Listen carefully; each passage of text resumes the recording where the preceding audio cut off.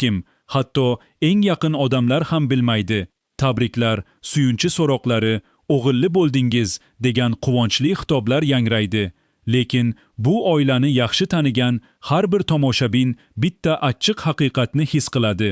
Bu xonadonda har bir beshikning tagida bir sir ham yashirinib yotibdi. Daryoning bolasi dunyoga keldi. 2 kilogramm 800 gram, oppoq, sog'lom bir o'g'il bola. Ammo diqqat qiling, chaqaloq 10 kun erta tug'ildi. Naqshinkor, rejalar tuzilgan, hisob-kitob qilingan, kimdir hali 10 kun bor deb xotirjam yurgan bir paytda taqdirning o'zi hamma kartani birdaniga aralashtirib yubordi. Va ayni shu kunlarda yana bir ayol o'z pasportining chiqishini kunma-kun sanab o'tiribdi. 3-4 kun, xolos, va erkin bo'lish uchun ketaman, deya mana shu uydan, mana shu janjallardan, mana shu og'ir muhitdan qutulishni orzu qilmoqda. Bir uyda yangi hayot boshlanmoqda. Boshqa uyda esa kimdir umrining eng og'ir qaroriga yaqinlashmoqda. Va aynan shu ikki voqea o'rtasida pilla ichidagi ipdek o'sha sir cho'zilib yotibdi.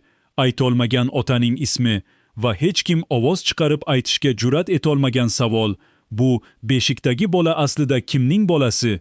Daryoning xonadonidagi bu quvonch chin, buni inkor etib bo'lmaydi.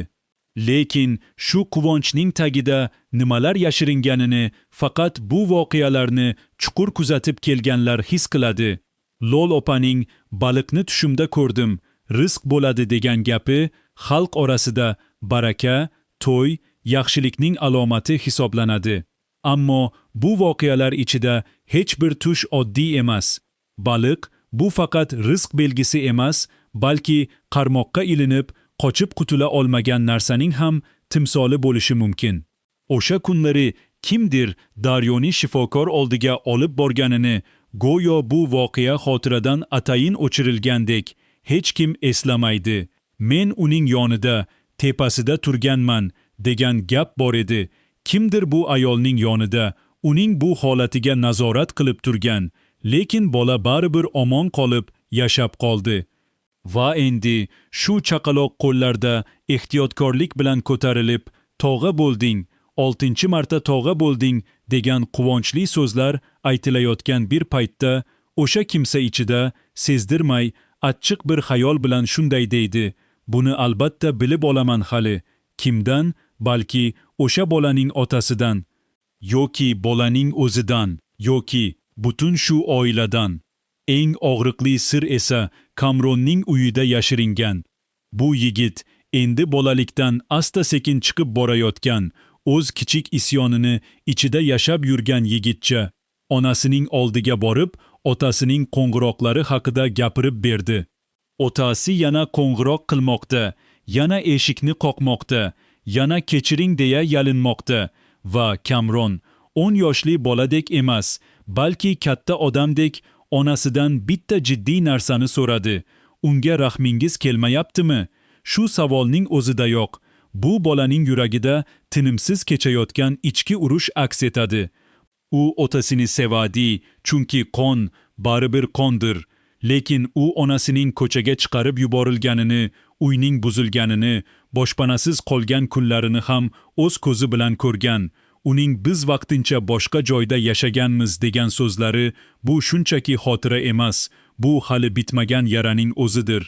Aynan shu bola bir kun avval otamni ichkariga kiritaylik, uyimiz katta-ku degan edi. Endi esa uni hech qachon kiritmaymiz deya qat'iy va'da bermoqda. Bir-biriga zid his-tuyg'ular xuddi ikki qo'l bilan ikki tarafga tortilayotgandek. Va bu ichki kurashda bola albatta yutqazadi, chunki u ikkalasidan ham ayrilib qolishdan qattiq qo'rqadi. Lekin onaning qalbi buni butunlay boshqacha his qiladi. Uning agar men kechirsam-u, u uyga qaytib kirsa, men yana baxtsiz yashasam, sizga shu maylimi degan savoli bu oddiy savol emas. Bu o'ziga bergan bir qasamdir. Bu ayol o'z hayotida bir marta og'ir tarzda yiqilgan va u endi yaxshi biladi. Kechirim, bu shunchaki bitta so'z emas, bu yangi bir xo'rlikka ochilgan eshikdir. Uning sochlari oqarib qolibdi degan gapni eshitdik. O'tgan vaqt otani keksaytirgan, uni zaifroq ko'rsatib, rahm-shafqat tuyg'usini uyg'otmoqda. Ammo o'sha o'tgan vaqt onaning yarasini butunlay davolab yubormagan. Aynan shuning uchun ham u o'g'liga hech qachon kimgadir bunchalik rahm qilma dedi. Bu qattiqqo'llik emas. Bu onaning o'z farzandini o'z og'ir taqdiridan asrab qolish usulidir. U o'z yaralangan yuragini go'yo qalqon qilib o'g'liga sen mendan ko'ra ancha baxtli bo'lishing kerak, hammadan ham baxtliroq demoqda. Va shu daqiqada Kamron jim bo'lib qoldi. Chunki u aynan shuni tushundi. Onasi qaytib kelgan otani emas, balki yana bir bor tashlab ketilish qo'rquvini yengishga urinmoqda edi. Endi esa aynan shu uyda yana bir jon bor. Kamronning ko'ziga ilingan, kattalar hali sezmagan bir narsa. Ali aka, sizga boshqacha qarayapti. Bu bolaning aytgan gapi. Bolalar odatda yolg'on gapirmaydi. Ular faqat kattalar ko'rmasligi kerak bo'lgan narsani ko'radi. Ali aka, tog'a, ya'ni ona tarafdan aka, har safar kelganida nega bunchalik e'tibor bilan qaraydi? Nega aynan shu uyda uzoq o'tirib qoladi? Kamron bu haqda so'roq qilganda, onasi bu savoldan chetlashishga urindi. U mening akam, dedi qisqagina. Lekin bu voqealar ichida aka degan so'z hech qachon shunchaki oddiy bo'lmagan. Bu oilada qon qarindoshlik bilan qon qarindoshlik bo'lmagan chegara juda nozik, juda ingichka. Va aynan shu nozik bog'liqlik bir kun kelib katta bir mojaroga aylanishi mumkin. Kamronning ular ham sizni yaxshi ko'rishadi degan sodda, samimiy so'zi ehtimol hozircha hech narsa ochiq aytilmagan bo'lsa-da, allaqachon ko'p narsa boshlanib bo'lganidan darak beradi. Endi esa boshqa bir xonadonga nazar tashlaylik. Ofisga keladi, xotini yo'q, Antaliyaga dugonasi bilan ketgan deb aytishadi. Uning yuzida nima bor? Xavotir. Birinchi marta mendan so'ramasdan ketdi. Bu gapning ichida butun bir nikohning ichki qoidasi yashiringan. Bu uyda so'rash, ruxsat olish odat tusiga kirgan. Ammo aynan shu daqiqada ofisda hujjatlarni varaqlab, oxirgi mol-mulk ro'yxatini keltir deb buyurayotgan bir paytda uning xotini homilador, go'yoki uyda emas, Antaliyada, aslida telefon orqali o'z odamini boshqarib turibdi. Va bu buyruq oddiy emas edi. Kechagi doridan 2 tabletkani erining suviga solish, juda qattiq uxlatadigan bir dori. Keyin pasportni tekshirish, almashtirilganmi, yo'qmi, keyin telefon, telegram, SMS xabarlari, rasmlar, kim bilan gaplashgani, bularning barchasini oxirigacha diqqat bilan ko'rib chiqish. Shu yerda bir zum to'xtab, chuqurroq o'ylab ko'raylik. Ayol nima uchun erini uxlatib qo'yib, uning pasportini tekshiradi? Pasport, bu ko'pincha ketish, safar hujjati. Demak, u allaqachon ichida shubhalanmoqda. Eri undan uzoqlashishga, biror joyga jo'nab ketishga tayyorlanayotgandir. Yoki aksincha, pasportni tekshirish orqali u erining yashirin rejalarini, boshqa bir kishi bilan bog'liq harakatlarini fosh qilmoqchidir. Ikkala holatda ham bir narsa aniq. Bu nikohda ishonch allaqachon so'nib bo'lgan, uning o'rnini esa kuzatuv, nazorat va ichki qo'rquv egallab olgan. Va eng og'ir tomoni shundaki, bu ayol homilador. Uning qornida qiz bola bor. Uy ichidagi qizlar esa quvonch bilan bizga singil olib keladi deyishmoqda. Bir tomondan onalik mehri, bir tomondan esa eriga uxlatuvchi dori qo'shish. Bu qadar aniq, hisob-kitob bilan harakat qilish, bu birinchi marta emasligidan darak beradi.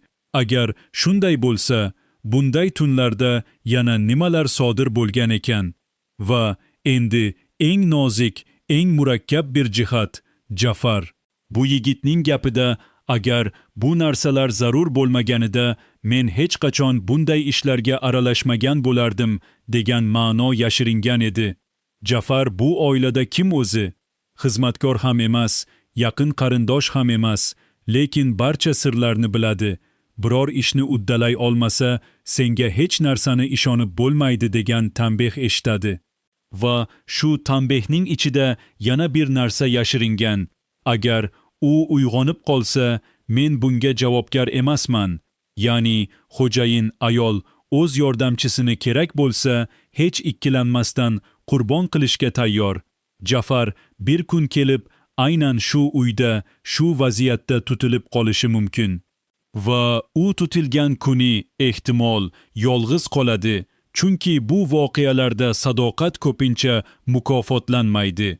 Endi hammasini bir-biriga bog'lab ko'raylik. Daryoning chaqalog'i. Daryoni o'sha vaqtda shifokorga olib borilgan edi. Men o'zim uning yonida turgandim degan so'zlar bor edi. Kimdir bu ayolning yonida uning bu holatini nazorat qilib turgan, ammo bola baribir tug'ildi. 10 kun erta tug'ildi. Xuddi kimdir uni to'sib qo'ymoqchi bo'lgan rejadan bir zum oldinroq tug'ilib ulgurgandek. Endi asosiy savol, bu bolaning otasi kim? Agar bu masalada opaning shubhasi asosli bo'lsa, pasportni tekshirishi, telefonni kuzatishi, uxlatuvchi doridan foydalanishi, demak, u erining boshqa bir insonga bo'lgan munosabatidan qattiq xavotirda va uning bu gumoni asta-sekin tasdiqlanib bormoqda. Balki tog'asining bolasidir degan gap ham bejiz aytilmagan edi. Tog'a bu oilada aynan o'sha 6-marta tog'a bo'lgan kishi. Agar chaqaloq bilan bog'liq bu gumon rost bo'lsa, bu beshik asta-sekin katta bir ziddiyat markaziga aylanadi. Va opaning oxirgi so'zlari, hech narsa bizni ajratmaydi, men bor ekanman, u shu yerda yashayveradi. Bu qasam ikki xil ma'noda eshitiladi. Sevgi qasamimi yoki ichki kurash va nazorat qasamimi? Bu voqealarda bu ikkisi ko'pincha bir-biriga juda o'xshab ketadi. Endi esa kelajakka bir nazar tashlaylik. Tasodifiy emas, aynan shu qismning o'zi qoldirgan izlar asosida. Birinchi katta voqea beshik atrofida bo'lishi mumkin. Daryoning chaqalog'i uzoq vaqt tinch quvonch ko'rmaydi. Chunki uning tug'ilishi kimdir uchun yangi bir kurashning boshlanishi bo'lib qoldi. Kutilmagan bir daqiqada, oila yig'inida yoki aksincha yolg'iz qolingan bir paytda bolaning kelib chiqishi haqidagi haqiqat asta-sekin oshkor bo'lishi mumkin. Va ehtimol buni hech kim og'zaki aytmaydi. Buni oddiygina bir dalil, bir hujjat ko'rsatib qo'yadi. O'sha yetib bormagan suyunchi haqidagi gapni eslaysizmi? Bu daha önce gördüğü taşlardan farklıydı. O'sha yetkazilmagan xabar kelajakda yetkaziladigan haqiqatning bir ishorasi bo'lishi mumkin. Ikkinchi katta voqea uyqu bilan bog'liq bo'lishi mumkin. Opaning eriga qo'shgan dori ertami kechmi fosh bo'lishi ehtimoldan yiroq emas. Yoki kutilmaganda uyg'onib qoladi va Jafarning uning telefonini titkilayotganini ko'rib qoladi. Uyqu bu voqealarda hech qachon shunchaki oddiy dam olish emas, u ko'proq himoyasizlik va ishonchning sinovi vaqtidir. Uyg'ongan kuni ikki narsani bilib oladi. Xotini uni kuzatmoqda va xotini undan qo'rqadi. Va shu kundan boshlab bu nikoh endi oddiy nikoh emas, balki og'ir bir muzokara maydoniga aylanib qoladi. Homilador ayolning qornidagi qiz bola esa balki bu oilani birlashtiradigan yagona umid, balki esa kelajakdagi kurashning ilk nishonasi bo'lib qoladi. Uchinchi katta voqea eshik oldida sodir bo'lishi mumkin. Ota yana qo'ng'iroq qiladi. Bir kun u albatta keladi, lekin kechirim so'rab boshini egib keladi. Bu voqealarda qaytgan otalar odatda qanday qaytishini bilamiz. Ular o'z xatolarini tan olib, sabr bilan qaytadi. Otaning qaytishi Kamronni ikkiga bo'lib tashlaydi. Bola otasini bir qo'li bilan itarib, ikkinchi qo'li bilan ushlab qoladi. Va onasi, baxtli bo'lishi shart bo'lgan ayol, birinchi marta o'g'lining qaroriga tikilib qaraydi. Chunki endi bu oilada asosiy so'z Kamronga tegishli bo'lib qolgan. Uning kechirishi yoki kechirmasligi bu uyning kelajagini belgilaydi. Bola allaqachon o'sib, kattalarcha fikrlay boshlagan va u hali bilmaydi. Onasining baxti uchun mas'uliyat olish aslida bolalikning tugashi degani ekanini. Va endi o'sha pasportini sanab yurgan ayol haqida, u ketadimi, ketmaydimi? Uning "men bunday og'ir vaziyatda yashamayman" degan qat'iy so'zi bu ham bir qasamga o'xshaydi. U ketishni istaydi, lekin bu voqealarda chiqish yo'llari ko'pincha kutilmagan tarzda yana ichkariga qaytarib qo'yadi.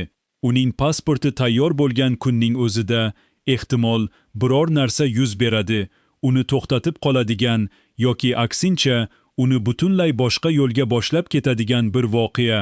3-4 kun. Beshikdagi bola esa 10 kun erta tug'ilgan. Bu voqealarda raqamlarning o'zi ham go'yo taqdirning bir ishorasidek tuyuladi. Endi o'ylab ko'ring. Bu qismda eng baxtli kim edi? Daryo emas. U homiladorligida juda qattiq asabiylashganini o'zi tan oldi. Nega asabiylashdi? Nega uning ko'z yoshlari chaqaloqning yig'isiga qo'shilib ketdi? Opaning uyi ham emas. U yerda tinchlik yo'qolgan.